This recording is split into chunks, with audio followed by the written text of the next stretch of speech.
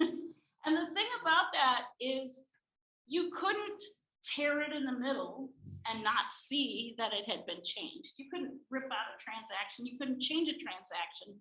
That was it. You could add to it. You could tape another receipt to it, which is what we do in blockchain, but you can't change it. And this is important in terms of security. And this is also important in terms of transparency. So that means there's no secret sauce going on there. Every transaction is on the tape.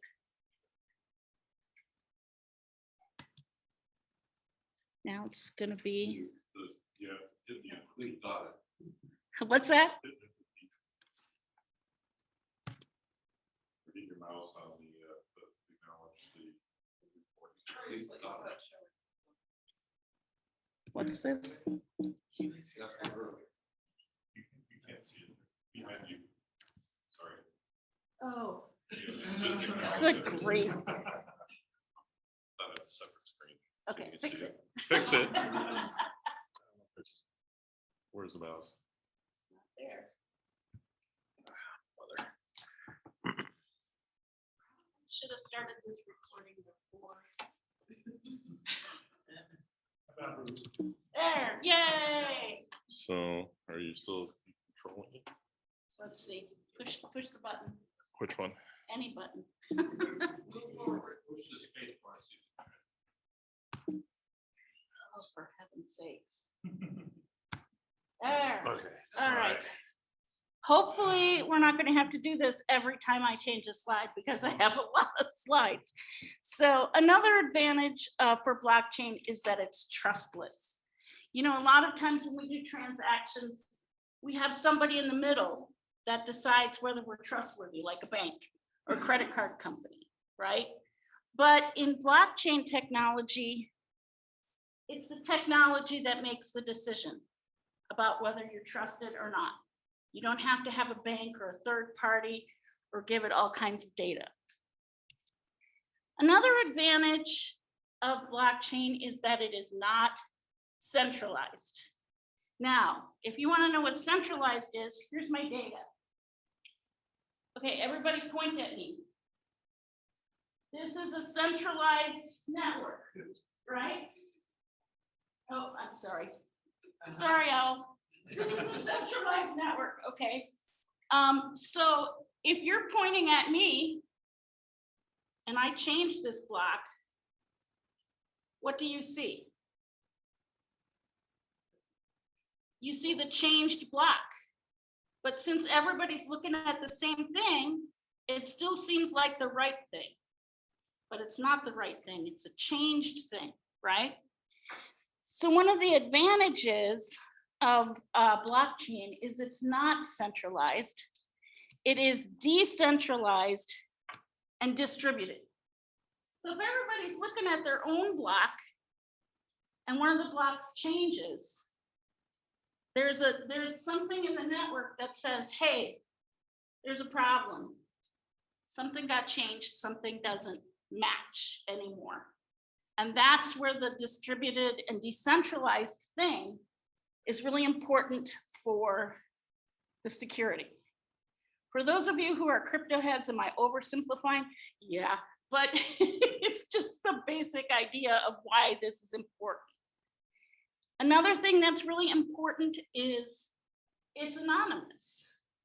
Now, one thing about going back to our centralized network, right? Brian, come here. You get to be a hacker. I didn't know I was in for this tonight. Breach the network. What do you get? What does he get? When he gets everything, right? This is a problem. So this is not what we want. And this is one of the reasons that we want to remain anonymous, is because companies have not been really great at taking care of our personal data. They've been selling it. They've been making money off of it. They've also been losing it because their networks are not that secure. One of the reasons their networks are not that secure is because a lot of them are these centralized networks. You get in, you get everything. This does not happen with blockchain. Okay. So now we're going to talk about how blockchain works. Actually, let me back up a minute and let you know why am I talking so much about blockchain when all you really want to know is what NFT to buy, right? The reason I'm talking about blockchain is because this is the technology that underlies all that stuff. DeFi, DAOs, cryptocurrency, all of it. And if you understand the basics of blockchain, it will help you understand how all of those other technologies work. So hang in there. We're going to get there. All right, so we're going to talk about how blockchain works. Now, here's your cast of characters in the blockchain world. You have your requesters. Those are people that want to do something. You have your verifiers. That's all the other computers on the network. And then you have your blockchain, right? All three of these are required to make blockchain transactions work. So usually a blockchain transaction starts with a request. This guy has that thing he wants to sell to this guy who has some cryptocurrency. So first there's a request. The next thing that happens is that those requests, transaction requests, are all bundled together and put into a block. Now, as I said before, once you have a block, you can't erase, you can only append. So it's now sent, this block, to the participating computers. Okay, you guys are in my blockchain network here. Okay, you're in my network. You're very fancy. Ta-da. Okay. And the next thing that's going to happen is we're going to check. Okay. So the participating computers are going to solve a big math problem. And the first one to solve the math problem is going to, or actually, if the math problem, which is based on that block you have, if over 50% of you come up with the same answer, it's verified. Okay, that means check sum. We're good. And then the next thing that happens is each block on the chain is time-stamped or hashed with cryptographic hash, and it creates the chain. And once I said that chain is created, it can't be broken. Then everybody says, yeah, it's cool. The chain is created. Then the transaction can happen and the things can go back and forth. Okay, how is blockchain verified? I kind of showed you an idea. You guys didn't know it, but you're all miners now. You're all blockchain miners, okay? So one way that's verified is that the blocks are sent out, and the person who comes up with the answer to the math problem first wins. So I know Brian's really good at math. So Brian got the math problem right. You all got the math problem right, but he got there first. So he gets paid. Oh, no. Does it change? No, it's not in the chain. It's a different size. Okay, so Brian wins the token. What this means is that there was sort of an arms race to get the biggest and the fastest computers. So when you hear people talking about the environmental impact of mining, they're mostly talking about those super fast computers that are used to make sure you're first, to make sure you get paid the token. However, the computers have gotten a lot more efficient and they're not using as much electricity as they used to. But another thing that's coming along is this thing called proof of stake. Okay, y'all are gonna get rich. Here we go. Can I ask a question?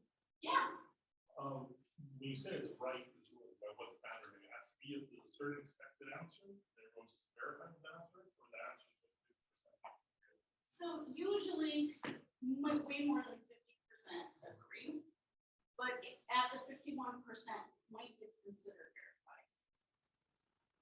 But is it just because it's everyone agrees on it, it's right, or is there an actual answer?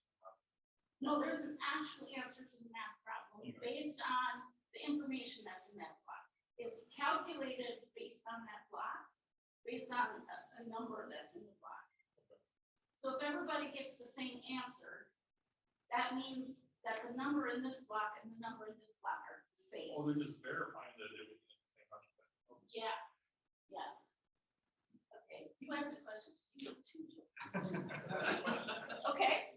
So when you say that the process to like solve this problem is fine, because you're getting more efficient at it, do you mean that the hardware itself is getting more efficient? Is the problem getting easier to solve?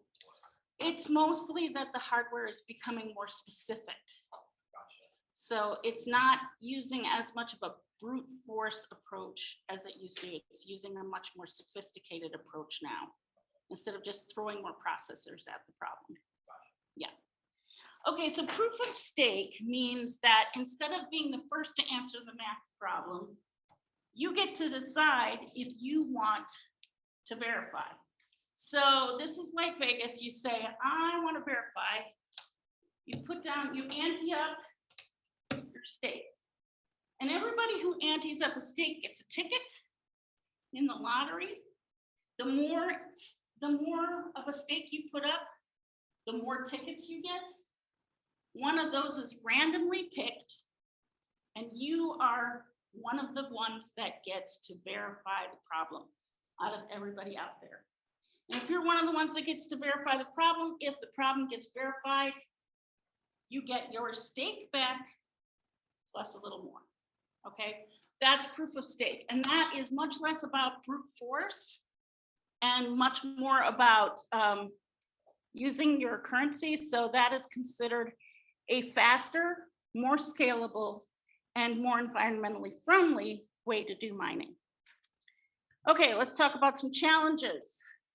Bruce is going to love this next one. Blockchain has some regulatory uncertainty, right? Especially around NFTs and cryptocurrency. It's new, it's so new that we don't have all the laws in place yet. So you're never really sure if everything you're doing, which is legal today, is still going to be legal next year. Now, the good news is our president, at least in the United States, has taken a pro view of this and has lined up a bunch of regulatory organizations to work together to make sure that the US is a crypto-friendly place. So fingers crossed, that's what's going to happen. Another challenge is there is some insecurity. While the blockchain itself is incredibly secure, everything around it, not necessarily so much. And those of you who are engineers know what PEBCAC means, right? Problem exists between keyboard and chair. Well, now we have PEBCAW, problem exists between customer and wallet.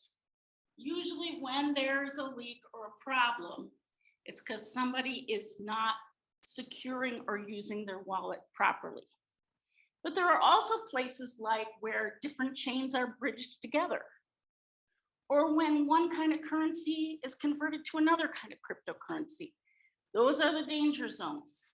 And so there is still some problems with security. And it's challenging sales process. It's not like going down to the 7-Eleven and buying a carton of milk. You need a number of things. You need a wallet, you need cryptocurrency, you need a blockchain, you need to be in a marketplace. We'll talk about more of that in a minute. But if you're trying to sell something in this space, you may need a lot of people who are acting as a concierge to help move that process along. Now, by the way, I'm going to tell those of you who are young people who might be looking for a job, Discord concierges and managers, huge, huge opportunity, brand new job openings everywhere. You do not need to have a degree.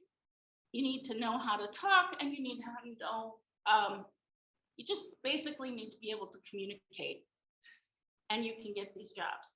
And they are not necessarily going through HR. If you want to get a job as a Discord manager, does anybody out here know the best way to do it? No? Anybody else know? You're smiling, I bet you know. I mean, no, I don't. Okay. Just go in to the place where you want to work and start commenting. A lot of the jobs nowadays are being awarded to people who come into the community and perform well. And sometimes that's all it takes. And before you know, you've got a job. So this is a different modality for getting jobs for young people. This is something to be aware of. Okay, another blockchain challenge is gas fees. If y'all think gas at the pump outside is expensive, it's nothing compared to gas fees. Gas fees can be huge, hundreds to even thousands of dollars, and they can be kind of unpredictable. The bigger the network, the more traffic on the network, the more likely that you're going to have high gas fees. The bigger the transaction, whether it's like a smart contract as opposed to a simple sale, the more gas fees you're going to accrue. And you don't know what you paid for gas fee today may be significantly different tomorrow. Go ahead, Brian. What's a gas fee? What's a gas fee? So remember when I paid you all that tokens, right? That money's got to come from somewhere, right? Aside from, you know, running my crypto company, which is doing quite well, right? You got to pay all you people. And so that's why transactions cost money. That's one reason transactions cost money. The other reason transactions cost money is they want to make it harder for hackers to get into the system. If the hacker has to pay enough gas fees to control 51% of the verification process, which can happen, it's very rare, they're probably going to spend more money in gas fees than they're going to get. The gas fees are being collected by the chains. If I'm on Ethereum, I'm collecting the gas fee, or Tezos, or Cardano. We'll talk more about that in a minute. Okay. Blockchain technology. First bit is a smart contract. Now, this is not the same as a smart legal contract, which is something you may have heard of. A smart legal contract uses a different technology, and a smart legal contract is considered legally binding. A smart contract, just those two words, is run via the blockchain. And remember that regulatory uncertainty I was talking about? There's a little bit of that in the space. But what you need to know is it defines the rules and actions that are going to happen in the agreement. And once it's made, it can't be altered or changed. And the computer program executes the smart contract by doing what is said in the contract based on the conditions it sees. Okay. So any questions about that? How do you apply that? So it's applied in math. There's a lot of math. Okay. Like for example, one thing that's being done is musicians are using smart contracts to collect royalties. Okay. So that will say when this condition is met, this guy bought this commercial license with cryptocurrency, license A. then it executes the contract and says, since that condition is met, he's paid, or he's used the contract, he's got to pay this much cryptocurrency. And the music isn't released until the contract is executed. Does that make sense? Yeah. Is smart contract an algorithm? There's, yes. Now, those of you who are looking for better paying jobs than Discord managers, there is a lot of money in creating smart contracts. There's also a lot of money in, what's the word I'm looking for? Not verification, auditing smart contracts, yeah. Because if you get your smart contract wrong, it's not necessarily just a bad day. That could be $1 million down the tubes. And it has happened more than once that a company had a bad smart contract and lost more than $1 million in a day. So this makes the smart contract. So the company that's creating the deal makes the smart contract. So if I'm selling the OWL NFT here, then I'm going to create the smart contract for how that's bought and sold. So it's my responsibility to do it right. Now, another thing you can do to make money is there's something called a bug bounty. So if you're out there and you see a smart contract and you find a mistake in it, the company would love you to call them up or get on the Discord and say, hey buddy, let's go in a side channel. I found a contract, I found a bug in your contract, and they will pay handsomely for pointing that out to them. It's another way to make money. Okay, cryptocurrency is the blood that flows through the veins here. It's Bitcoin, it's based on tokens. There's Bitcoin is one kind, there's a bunch of different kinds, and it's typically kept in a crypto wallet. Now, I'm not going to spend a lot of time talking about cryptocurrency and trading and all of that. That's a whole other hour-long talk, but I'm just going to reference it here. Another thing is DeFi, which stands for Decentralized Finance. And what this is about is, remember those pictures with the bank taken out of the middle? It's a peer-to-peer transaction. This guy is going to do a deal with this guy. There's nobody in the middle. Now, why is that important? Well, for one thing, not everybody is banked, right? 6% of all US households are completely unbanked. And 14%, it's as high as 14% in lower income brackets. 22% are underbanked. And the cost to be unbanked or underbanked is typically $3,000 per year in extra fees per person. So there's a lot of reasons to take care of decentralized finance. Guess which people are more likely to be in that unbanked or underbanked category? Those are people who are traditionally disenfranchised or experience discrimination in our current market. So decentralized finance can be a way to help solve this problem. Now we're going to talk about a DAO. Go ahead. So how would they participate in this kind of environment if they can't run underbanked or unbanked? How would they participate? So they can get a crypto wallet, and they can get access to a computer.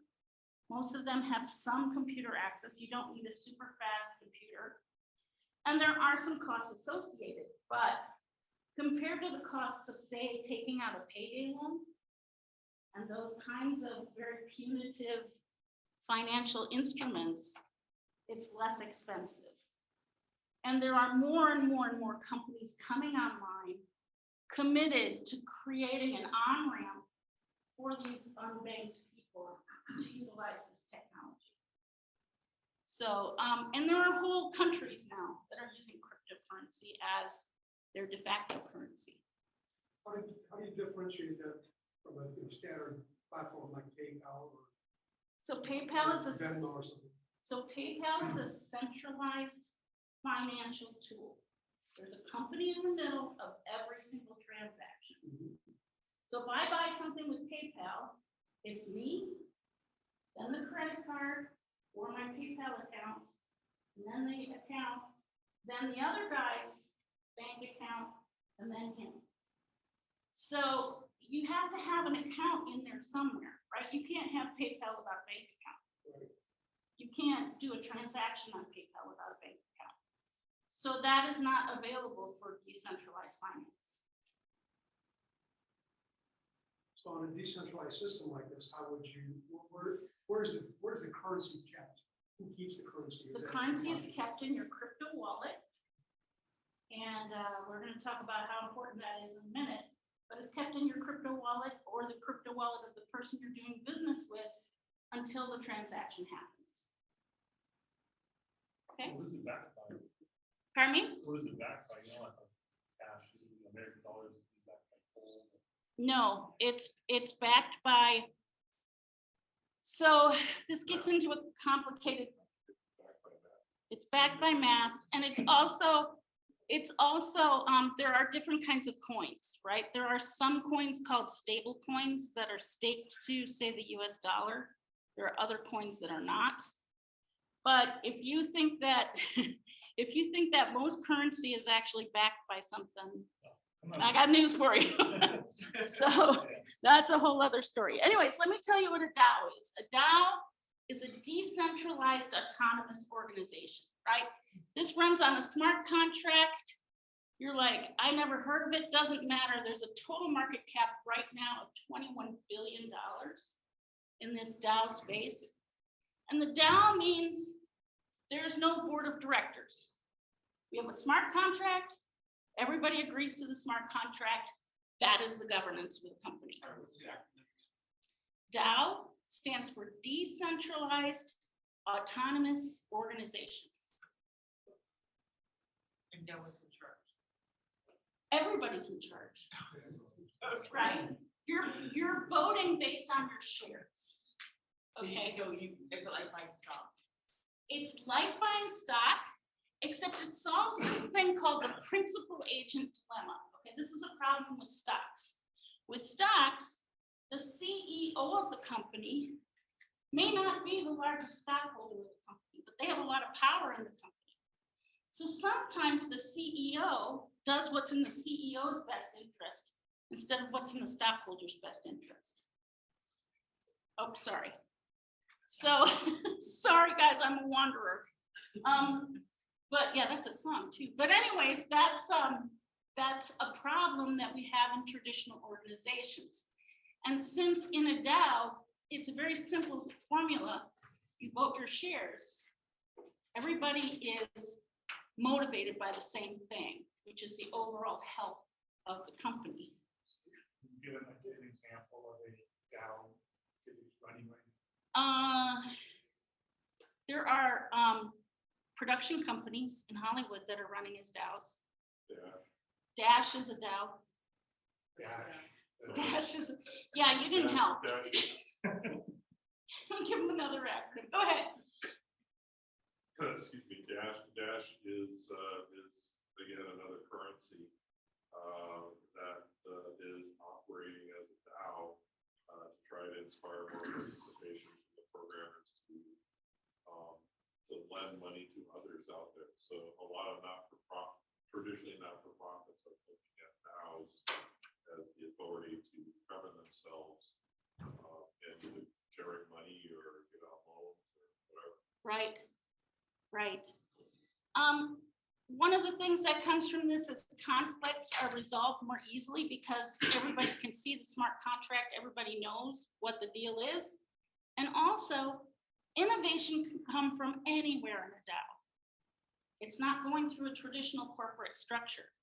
Anybody can present an idea to the DAO and have it adopted.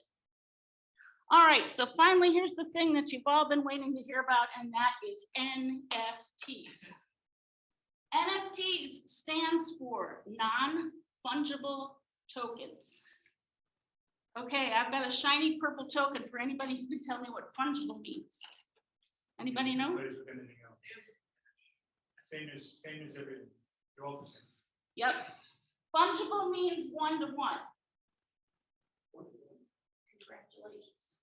It means you could transfer any dollar for any euro, and they're the same. But you could have 2 bottles of wine, they're the same amount of fluid ounces that are worth vastly different amounts of money. So I can't just trade, there's no like exchange rate for wine, right? But there's an exchange rate for the dollar or the euro. I'm really for the wine exchange rate myself. I'm going to be trying it out later tonight, but yeah. Tokens, it's decentralized, right? So that it means it's done with crypto. This is something else that we talked to, and it includes a smart contract. Okay, see how all this stuff is coming together in NFT land? I promised you it would come together. There's crypto and blockchain. No. Just use like it's not. No. So blockchain is the chain. You can't have crypto without a chain. You can't have crypto without blockchain. You can definitely have blockchain without crypto. Blockchain is an underlying technology that's used in cryptocurrency and a lot of other things. So what's the crypto part? That's the token. That's the exchange rate, the money. Bitcoin is a token. So it's always cryptocurrency. When you say crypto, it's cryptocurrency. Cryptocurrency, right. All right. Worth reading the 3-page document where all this was created. You can download it. It takes 3 pages, a little bit of math, and you understand what actually blockchain is. Mm-hmm. You need to tell us more about where those 3 pages are. Yeah. And how to find them. No, are you talking about the Satoshi paper? Yeah. So Google Satoshi, Satoshi. I think it's Hiromo Satoshi. I know. Here- Remember this. But yeah, that's Nakamoto. not, what is it? Satoshi Nakamoto. Satoshi. Yeah. You're right. Thank you. That's what you would Google and you'll find that paper. That sort of primary paper. Okay, what can be an NFT? Anything that's not currency or security, which are fungible, can be an NFT. So it could be art, it can be music, it can be wine, and it could be access. This is a really cool thing. Like if I'm an artist, right, and I want to sell a backstage pass to my show. Without this technology, I have to go through an agent, I have to go through a business manager, I have to have, you know, credit card fees and all of this different stuff that I have to set up. Or I can sell an NFT that gives somebody access to me backstage for a particular concert. So this is why artists love this stuff, because right now they're paying so much stuff that a musician typically gets paid less than 14% of the money that's brought in from their stuff because of all these hands in the middle. Where is it, the art, music, where is that attached to the NFT? I mean, if I have the NFT, no one else can look at it or listen to it, or they can listen to it, but I'm the only one. Okay, that is a complex answer. Sometimes it's attached. So sometimes if it's a small JPEG or something, it's attached to the chain. Usually it isn't because storing things on the blockchain is expensive. So usually it's like a certificate of authenticity or a certificate of ownership that is on the blockchain, right? And where was I going with this? If you pass, I mean, could someone could steal your JPEG and distribute it to 10,000 people and you say, I own that, that's nice, but you don't have it, or you have it, but we have it too. Yes and no. Every contract, every smart contract is different, right? So for one thing, if I spent $10,000 to buy that JPEG, The last thing in the entire world I want to do is make 1,000 copies of it. Because what's the value of my JPEG now that I just spent 10 grand for? Right, so there's some self-interest involved in not having that happen. If you break the smart contract, you can lose your tokens or you can lose access to the thing you bought. So that's a complex question.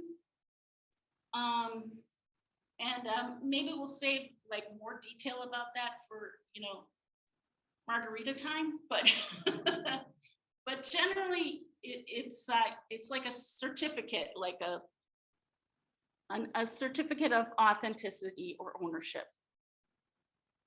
So why NFTs? Why do we care about NFTs, right? Why do I care about a JPEG? Well, one of the things you need to know about NFTs is that NFTs are one of the ways that startups are getting funded. It's quick, it's cheap, you lose less equity. If you're talking about your seed round, there are a number of companies in this blockchain space that don't do an investment strategy. Sorry. They do an NFT drop. And everybody involved in the NFT drop is now a partial owner of the company. And the other thing that's really cool about that is they're part of the community. This gives you access to a community, gets your community buy-in and input, and it provides a lot of the talent that you need to run your company. Because now you don't just have investors, you have true believers. You have people in your Discord who are like, yeah, come buy this NFT, I'll help you. Because they're participants in the process. NFTs are not about JPEGs. NFTs are not about pieces of music. Sorry. NFT, you're driving me crazy, Mr. Owl. NFTs are about community. Let me say that again. NFTs are about community. It's a way to connect people and build together with a common interest. So if you're like, why would anybody want an NFT? What is this really about? That's what it's about. How is it different from crowdsourcing? So crowdsourcing is different in a couple of ways. For one thing, crowdsourcing has a whole lot of regulations around it right now. Because it's a security. The other thing about crowdsourcing is, like, I can't sell my crowdsourcing spot. I put my $50 in so that I can get the super newest suitcase, and that has zero value until I get the suitcase, if I ever get the suitcase. And I don't have any participation with the company anymore. I gave them my money, I get a suitcase. That's it. So crowdfunding is a very powerful tool. And one thing that's similar between crowdfunding and NFTs is the idea of fractionalization, right? I can get together 20 people to buy one NFT. But the community aspect of it is very different. But you mentioned that regulations, currently we don't know what the regulations. This is the kind of thing that our government's like. Yes. Isn't it a risk? It is a risk, and that's one of the reasons I brought it up at the beginning. The only thing I can say about it that's hopeful is that our current administration wants the United States to be crypto friendly, because it is billions and billions and billions and billions of dollars. Yeah, the other part is enforcement of silver. Yes. So there seems to be a strong movement in the community towards utility and not just as an investment. So again, they're trying to set the track in regulation to be that this is a utility, that it's not. Right. Let me give you an example. So one of the software companies I'm working with is developing this software package, this investment package that helps you with cryptocurrency. Just like many other software packages out there, they say, if you buy it in the next month, then you get it free for life. You're never going to have to pay that monthly fee, right? A lot of companies do that. This company instead sold an NFT to say that everybody who buys this 1,000, one of 1,000 drop of NFTs gets that access. That's a utility. That's something that you're getting. That's not, it's not fungible. It's not easily confused with a security. So the more utility that it has, the less likely it is to be considered a security. So, but what if I bought a fraction of a token of the software?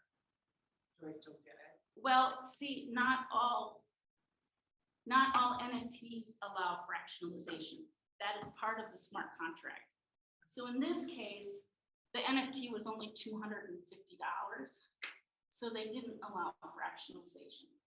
But some of the NFTs that are 100K do offer. And if it's fractionalized, then what sort of participation do I have in the community if I buy? You get the same, your whole group gets that many votes. It's one vote? Gets however many NFTs you bought. Okay. So if my group bought one NFT, I have the voting power. My whole group has the voting power of one. So you get whatever percentage. of Mhm. that one. Yeah. So if they do this NFT utility thing and the company has an IPO someday, they don't get money from the IPO. They're still part of the company, but It depends on the smart contract. I know, but then you do have to run into security. Right. Um, And that is some of the stuff that's still being worked out. It's not entirely clear, but most of the time these companies are offering some kind of membership that's not equity.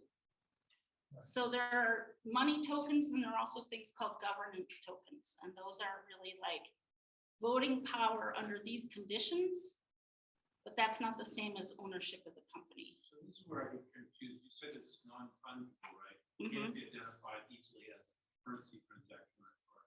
But then you're saying that if I buy one of these things, I can sell it or transfer it for value to somebody else, which means it's acting like a currency. If I were a government administrator, I'd say that's a currency. Yeah, our government administrators right now are not saying that's a currency.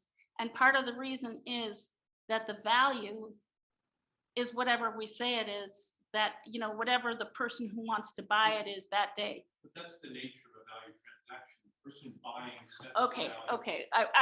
We can get in the weeds really quick here, and this is something that we could talk about during margarita time, but I want to get through a few more things. I know you guys probably have 4 hours of questions, but let me move on a little bit. Okay, so NFTs are great because it's peer-to-peer, which speeds things up, saves costs, and cut out the middlemen. It's accessible and global. Anybody can buy them, and usually they can be transferred anywhere, which speeds up the process of doing this financial transaction tremendously. They're transparent and authenticated, so everybody knows what's what because it's in the blockchain. Really quick, we're going to talk about how you would make an NFT. You would choose your item. In this case, he's chosen the special. You would choose your chain. Okay, these are a bunch of blockchains. Ethereum is the biggest. And you're going to choose that chain based on a couple of things. Transaction speed, how long does it take? Your smart contract ability, the consensus tools that are used to decide when something is verified. It requires a lot of research. Most people are on Ethereum. Ethereum is awesome. Ethereum is also sort of slow and sort of expensive, but it's also the biggest. So each of these chains has areas of specialization. Okay, you're going to choose your wallet. Another area where there's a lot of choices out there. MetaMask is the biggest. That's the one with the fox. These are some other wallets. And you're going to choose those based on what you're trying to do and what matters to you. You're going to choose a marketplace. This is where you're going to sell your NFT. Lots of those. OpenSea is by far the biggest. There's other marketplaces that specialize in different things, like Nifty Gateway has a lot of art, but it's a lot of amateur art. Rarible, you have to be asked to join. So there's more fine art on Rarible than Nifty Gateway. So, you know, NBA Top Shot, that's more about sports. So each marketplace, you know, Target versus Walmart versus CVS, they have different specialties. You upload your file or your certification. You know, if it's small, if it's really small, like a JPEG, you might upload the actual file, but most of the time you're uploading a certification. And then you set up your sale, right? You decide if it's going to be a fixed price, a timed auction, untimed auction. There's a lot of options there. Then you mint and you pray you don't lose your shirt. Because you mint, that's where the gas fees come in. And that's where you have to be smart about where and when and how.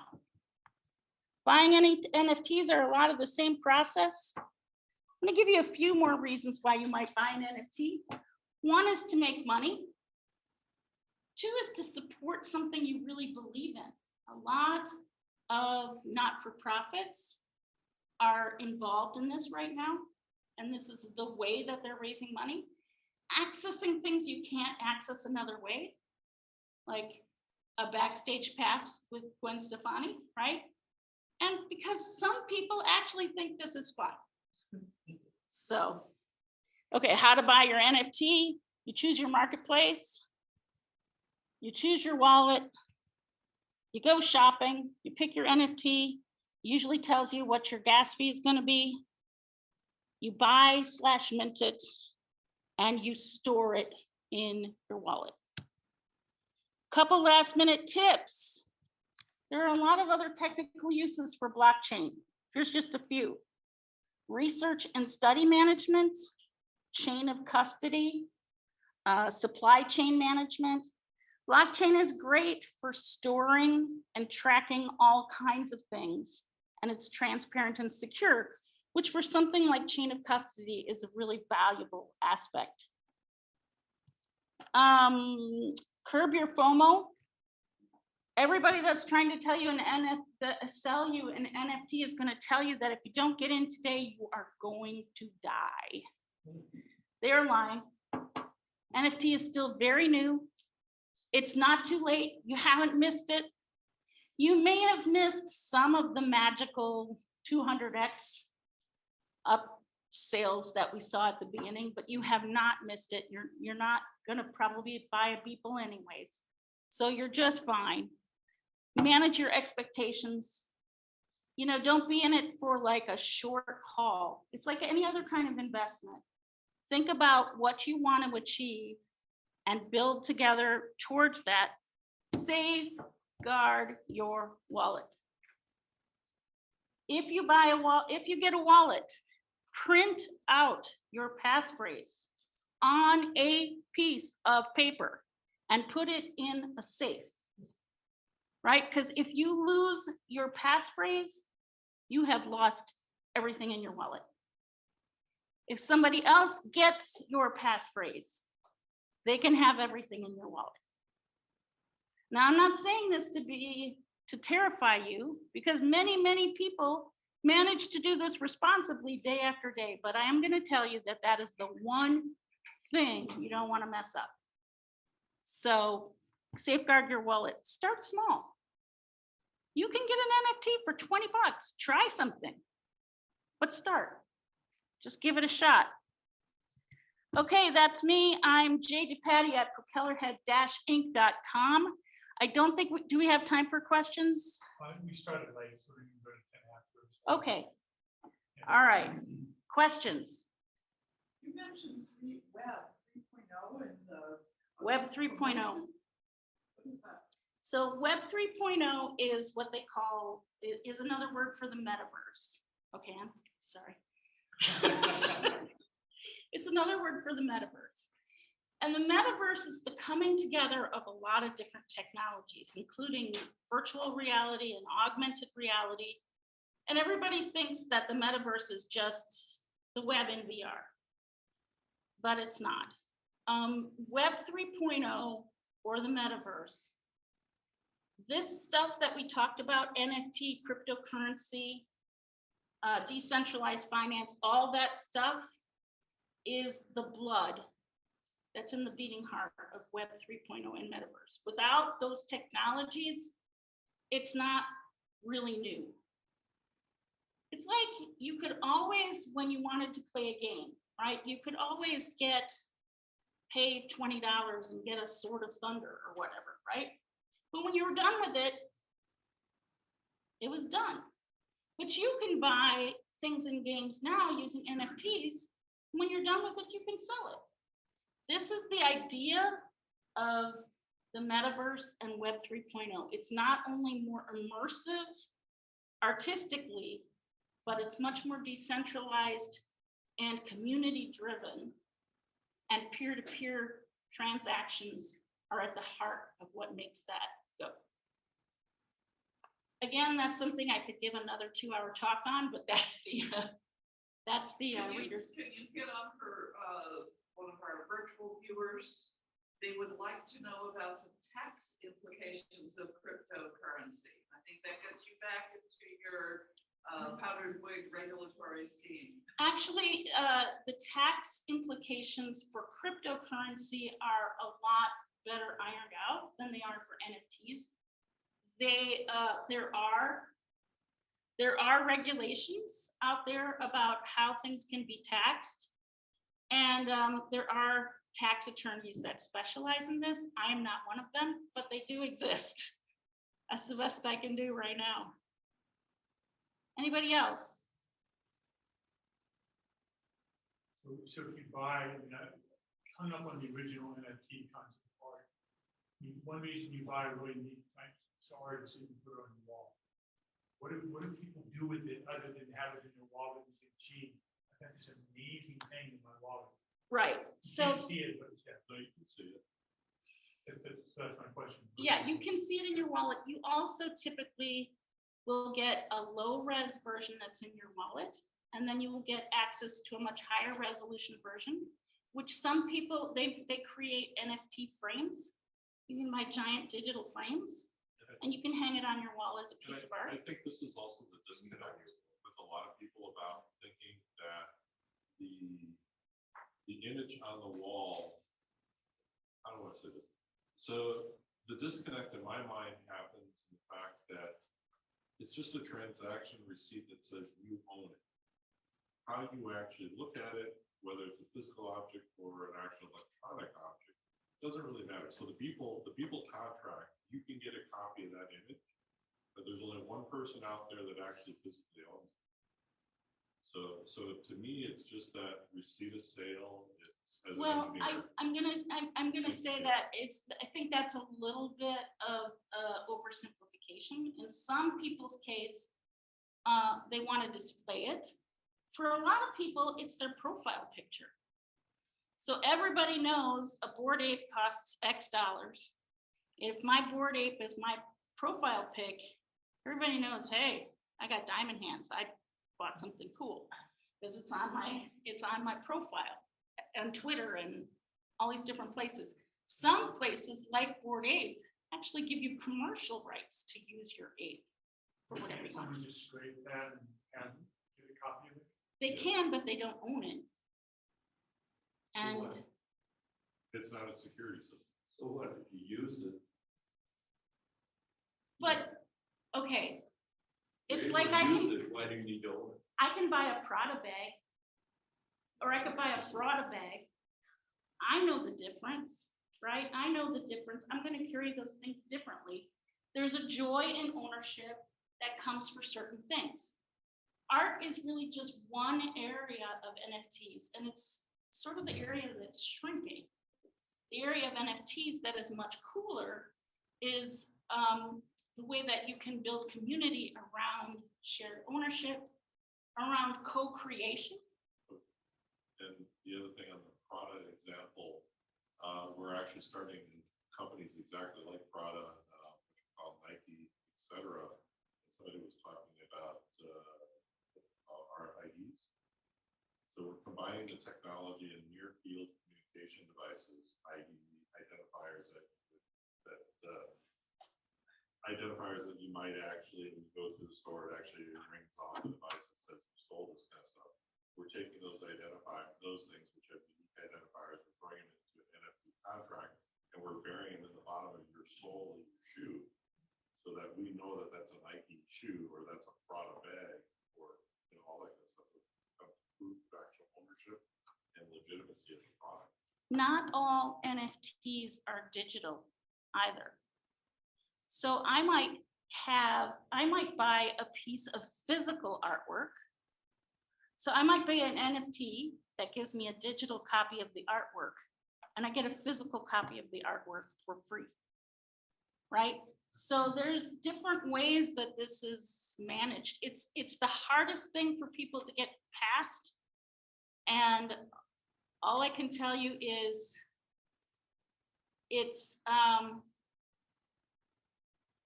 if you're in the right circles with certain people that you want to impress, they're going to know if you own that thing or if you ripped it. So it sounds more like a social thing rather than a real value-based Well, it's purchase. I think you're missing it's just like I own AT&T stock. Does that mean I own the buildings that AT&T is in and can go in at any time? No. It means I have value in it that's represented in ownership of that company and I can sell it. But you get a return in liability. a lot of times you get a return on an NFT. There are people that bought NFTs at $10 and sold them for $1,000. There are huge returns possible. But the whole idea is you have to find somebody stupider than you. Now let's not go to the last fool theory, right? It's very tempting. No, wait. It sounds like to me. No, it's very tempting. It's like naming a No, star. it goes. You know, if you pay me $1,000, I'll name a star for you. Okay, and every time I give this talk, somebody brings up the last fool theory, right? It's like all I have to do is not be the last fool, right? There's that theory. And that does exist in some cases. But that is not the mechanism that's driving this multi-billion-dollar industry. There is something more to it.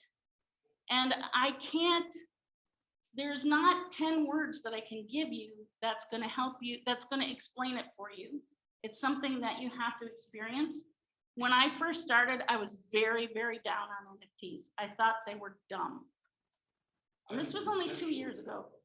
No, it was only 2 years ago I thought it was dumb. And the more I studied and the more I learned and the more I experienced it and understood it, now I'm making my living talking about why this is important. So there is a transformation that can take place. It's not going to take place after one talk. As good as I am, it's not going to take place after one talk. Can I give a couple of examples? I have a friend of mine who does, he's a lowbrow artist, and Cheech and Chong asked him to do this little NFT. It's basically, he actually made a crystal glass little character. They took a photograph of it, put a joint on him, put like hot leaves around it because we're Cheech and Chong. It is 420. Right, no, but I'm just saying, just an example, right? They sold it for $2,000, something like that. It was like a week later, it was up for $35,000. Now, my friend was sitting there thinking, it's like, okay, what if somebody actually wanted the real thing? And then would explain that she said, yes, and it's just like saying, I own the Mona Lisa. You actually get the real, he actually has works of art. I have one of his pieces that's rather large. That NFT, I can prove that that's actually mine. I didn't steal it. I didn't, I didn't get it handed down. I actually purchased it. So that's where the NFT would come in handy for a physical, tangible. That makes sense. That you have something usable. Right, and as she was saying, once again, hanging out with musicians like I do, they also have, like she said, experiences you can actually purchase. Say, listen, I'm going to buy a backstage pass at meet or go out to dinner and concert. Yeah, whatever, or just hanging out and having barbecue and saying, here's the ticket. I'll go, all right, and the money goes to charity, wherever they're going to do it. All that makes sense. Yeah. So It doesn't make it's- sense, the idea of like giving you the idea that you own it, but you can't really control it. Well, it's just like anything else, there's a tangible aspect to it and the non-tangible. So like we talked about a US dollar. Is it really worth anything? It's a piece of paper. And actually, it's reduced to less than that. Now, I transfer funds all the time without ever touching anything. And so it's generally the same idea. At the end of the day, there could be something there. But now we're all playing this game. As long as we all play the game together, can we actually truly own land? Can we own air? Can we own the sunlight? You know, a Well, tribal point of view. So, you know. Yeah, I think that's true. But the other thing is a $4,000 Louis Vuitton bag actually physically worth more than a bag I buy at Target? If you pay for it. No, the point is, It's determined by the person who pays for it. exactly. But- NFT is the same but thing. When I pay for that bag, I have that bag to use. When you pay for your NFT, I can use that as my profile pic. It does the same thing. But somebody else can take it and use it too. But- We're saying the technology is applicable to both intangible and tangible. I It's will the say, intangible part that's bothered. I know, and the everybody intent- gets, The area that I work in is, you know. Yeah. Sorry, but And we'll talk. yeah, so the intangible part bothers you, and I get that. But what I'm saying is, if I'm going into a place where having that NFT as my profile pic matters, somebody can go on OpenSea in 10 seconds and see if I actually own that or I don't. Backstage pass idea makes sense. Well, Because it's tangible. That is tangible. but that's Experience. old school thinking. That's old school thinking. I'm sorry, but it is. It's old school thinking, yeah. Earlier said that there's just NFTs in supply chain. Pardon me? In supply chain. There are NFTs, although there's also other kinds of blockchain that are being used in supply chain it's more a blockchain technology than necessarily an NFT technology. Well, what does it do? What is It tracks it in a transparent, non-breakable, non-changeable way. What do you track on? Goods and services? Anything you want. So Information? so you can track handling, you could track cells this way, you could track anything you wanted to track. Blockchain can be a useful tool for tracking. And then if someone wants to verify it, they can just look at the currency. Yeah, Yep. so each vendor in the chain, the supply chain basically is signing that digital block, and saying it came from me and then went to the next person, it came from me. And then this whole becomes a, what's it called, non-changeable blockchain that says proof that this article was actually, went through the entire supply chain, without, going to child labor or whatever you want to say. Yeah, So you yeah. can do all that. So I have really enjoyed talking to you guys, but I'm not answering any more questions without a drink. Let me get you some water. Yeah, well. Not take water. that, you know, part of this- Take that ambiguous cue to thank Jeff for.